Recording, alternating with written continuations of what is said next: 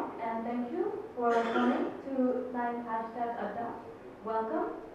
I think I see some familiar faces here as well as some new ones, so it's really great to have you here. So my name is Shalini, and I'm a team member of Studio Adda.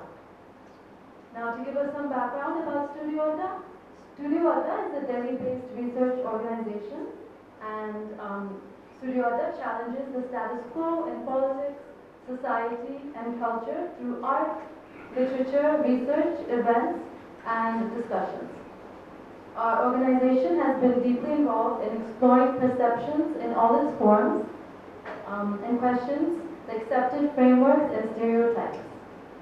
We work in a wide range of subjects, from farmer suicides of Vidarbha to the temple practices of Tirupati, and produce academic research on electoral reforms to best-selling fiction on political corruption. We are also dedicated to the engagement of youth within our research and public outreach, and actively encourage young and aspiring, vibrant minds to partake in our work. Recently, we have initiated an internship program as well as a volunteership program and opportunities for summer employees to join Studio Adda. And we will be giving further information about this later on and throughout the event for anyone who is interested in participating as an intern or volunteer or as a summer employee. So I think I will just take a 2-minute break now, and we request you to just wait for another 2 minutes, and we will begin the discussion today. Thank you. Hello again, everyone. We mentioned earlier that Studio Adda engages in a lot of public outreach events. So to kind of begin the talk show today, and to provide a background, Studio Adda has held the talk series hashtag Adda. And this has sought to create a public sphere, an independent public sphere in which we discuss various topics that are pertinent in current events. And for the 9th hashtag Adda, we will be discussing the topic Triple Talaq, are men and women equal? So, as a background, Triple Talaq is the practice by which a man is permitted to divorce his wife by pronouncing the word talaq 3 times in a row for the talaq to be valid and finalized. As only men are allowed to divorce their wives, the question arises whether this practice is serving equal rights for both men and women. More than ever, the issue of triple talaq is bringing traditional laws and modern concepts of equality and gender equality in particular into the fore. So I would now like to take a moment to introduce my colleague Shifa Rizvi, who is a research associate at Studio Adda, and she will continue with the discussion. Hello everyone, good morning. 3 तलाक कहने को तो 2 अल्फाज हैं, लेकिन आज के वक्त के सबसे ज़्यादा संजीदा मसलात में से एक है। 21वीं सदी में बराबरी का नज़रिया किसी भी मॉडर्न डेमोक्रेटिक मुल्क का एक अहम हिस्सा है, लेकिन 3 तलाक ऐसे मुद्दों में से जो बराबरी के नज़रिए के साथ साथ मुकाबला बनकर रह गया है। भारत में हर दीन के पर्सनल बिल बनाए गए हैं ताकि उनके निजी मामलात दीन के हिसाब से हल किए जा सकें, जैसे कि all India Muslim personal law board. लेकिन कुछ खामियों के कारण हमें मुसलसल ऐसे मसले अदालत में देखने को मिल ही जाते हैं। आज जिंदगी में ज़्यादातर लोगों को सिर्फ इतनी ही जानकारी है कि 3 तलाक 3 हर्फ का मसला है, जिसका हक सिर्फ मर्द को दिया गया है। गहराई से देखा जाए तो यह मुद्दा काफ़ी पेचीदा है। कहीं औरतों के हक की बात की जाती है तो कहीं दीन परस्ती की, लेकिन हैरानी की बात तो यह है कि जो लोग इसके खिलाफ लड़ रहे हैं या इसकी पैरवी कर रहे हैं, वो दोनों ही इसके उसूलों से पूरी तरह वाकिफ नहीं हैं।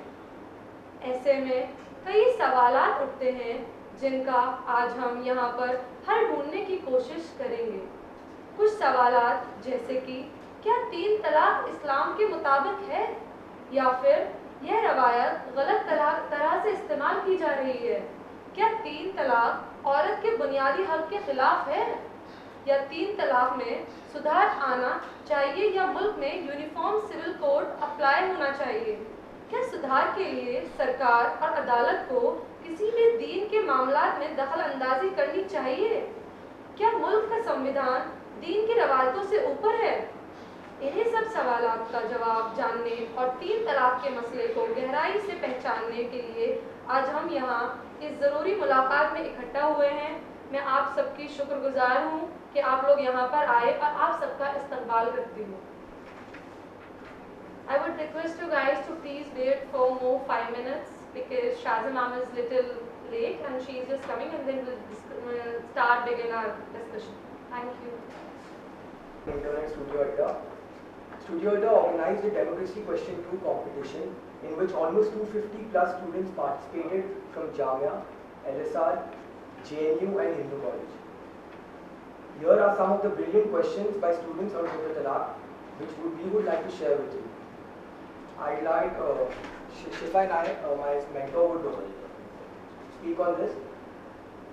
Section 2, the first question. Section 2 of the Muslim Personal Law, Application Act 1937. As it was said unconstitutional, the petitioner and violated the fundamental rights guaranteed under Article 14 of the Constitution. So what is the constitutional validity of personal law if it violates fundamental rights which are sacrosanct as per according to our Constitution? Can we hide the strong patriarchal forces behind the idea of protecting religious identity when we talk of triple talaq? Isn't women's oppression the only face of triple talaq? Why should a woman be the carrier of community's burden? Why does she need to prove herself to be a Muslim by adhering to the community practices? Can there be any questions on humanitarian ground on triple talaq?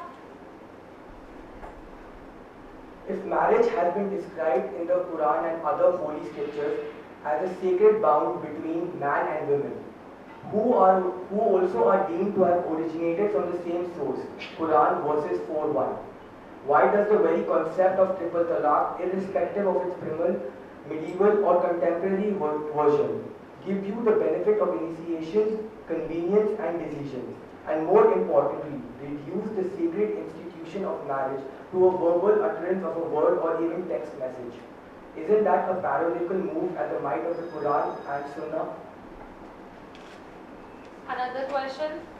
Is the solution of triple talaq the access of women to the same right, that is the triple talaq, or is it the abolition of the system of triple talaq? Muslim personal law is certainly not law as per the definition of law in Article 13 of the Constitution. So it cannot be challenged on the grounds that it violates the right to equality. Courts have power of judicial review only if a law is in contravention of fundamental rights. So where is inequality on the basis of the Constitution in this context? Suffering and being suffocated with this patriarchy but still quiet, does Islam allow this?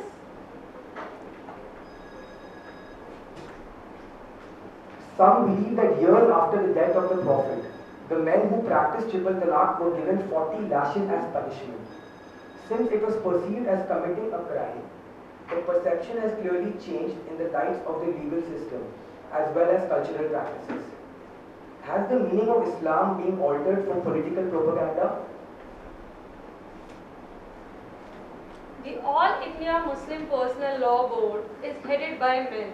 As the practice of triple talaq affects women adversely, why are these men ceding grounds to women to let them make their cases?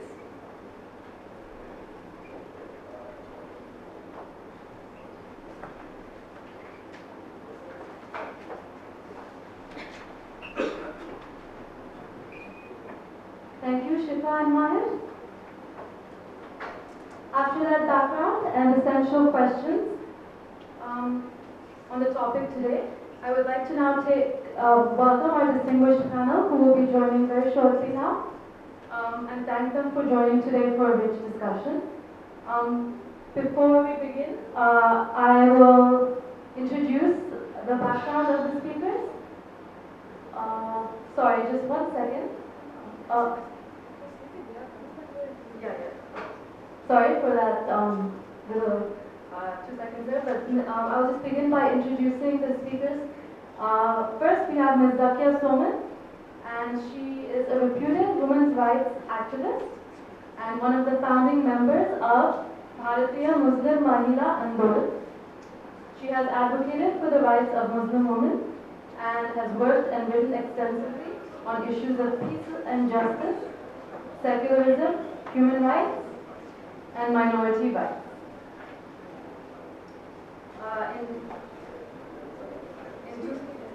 In 2014, the National Commission for Women awarded her the Outstanding Women Achievers Award, and I believe our speakers are just joining us right now.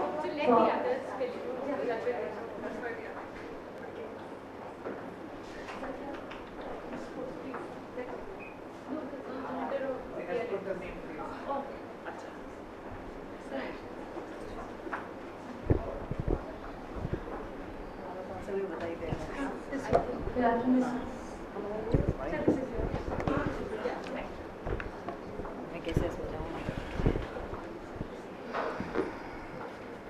Yeah, we'll just put this so you can get in. No, I'll get. Come. आप इधर से आ जाइए.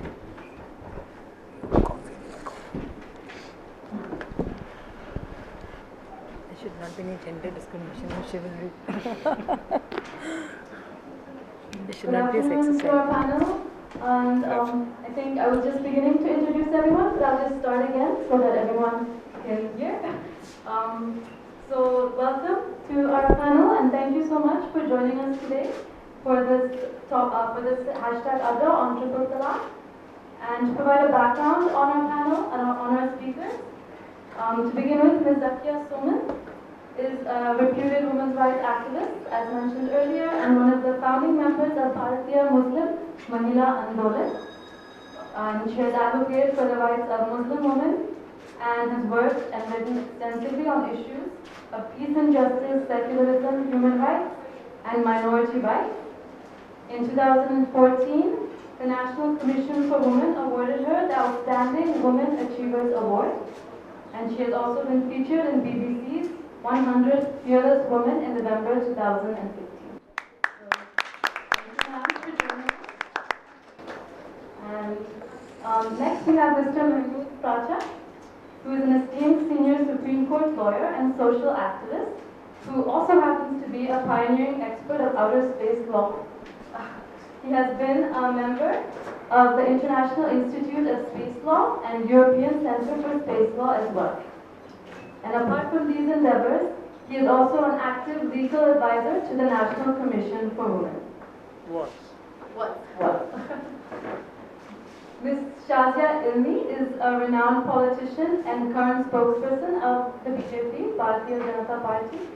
Previously, she has been an anchor on Star News, where she hosted and produced the popular primetime news show Desh Videsh.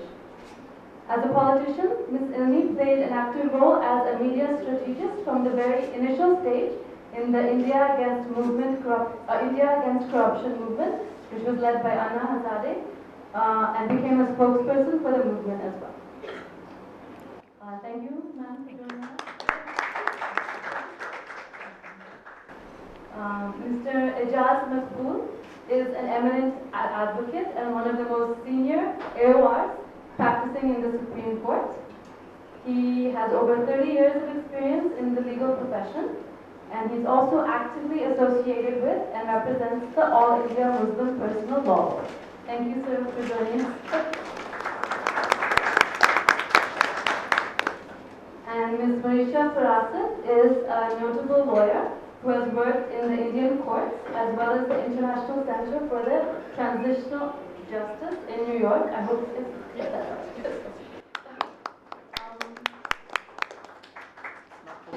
there's more. She is currently working with the Center for Equity Studies in India. No, Not currently. My bad.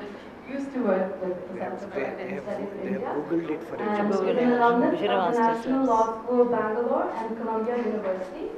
and has over the years explored the intersections between law, politics, and society. So once again, thank you, and I would say please a round of applause for our panel. And with no further delay, we can just get right into the discussion. And I just wanted to kind of inform the speakers, you will be given about 10 minutes to speak. And so, yeah, that's about it for now. And I would like to call and request Ms. Zakia Suman, please come up on stage for the speech. Thank you.